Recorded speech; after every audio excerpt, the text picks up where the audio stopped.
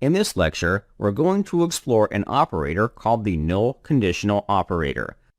This operator is not commonly used in Unity development. To find out why, check out the resource section of this lecture. I provide a link to the mono behavior class. This class is responsible for adding component support.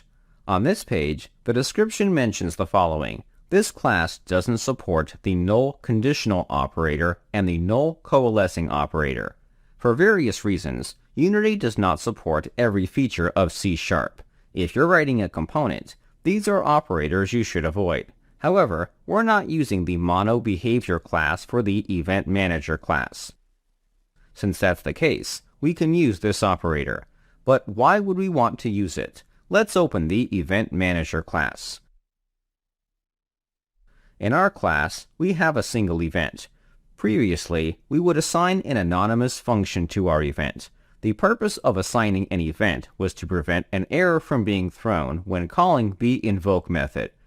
If our event does not have a method, the invoke method will produce an error. Using anonymous functions is one solution for fixing our problem. Typically, I like to use anonymous functions from within classes that inherit from the mono behavior class. On the other hand, if I have a class that isn't using the mono behavior class, I prefer to use the null conditional operator. In the raise method, I'm going to add a question mark character before the dot character. This operator is referred to as the null conditional operator. Before the method is accessed, C# will check the value on the left for a value. If the change player health variable is empty, C# will not execute the code on the right.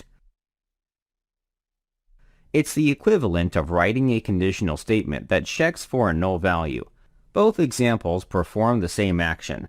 The difference is that the null conditional operator is shorter to write.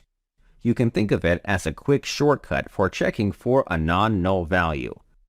By using this operator, we can avoid the error of not registering a method with our event. In the next lecture, let's use this event from the UI and player.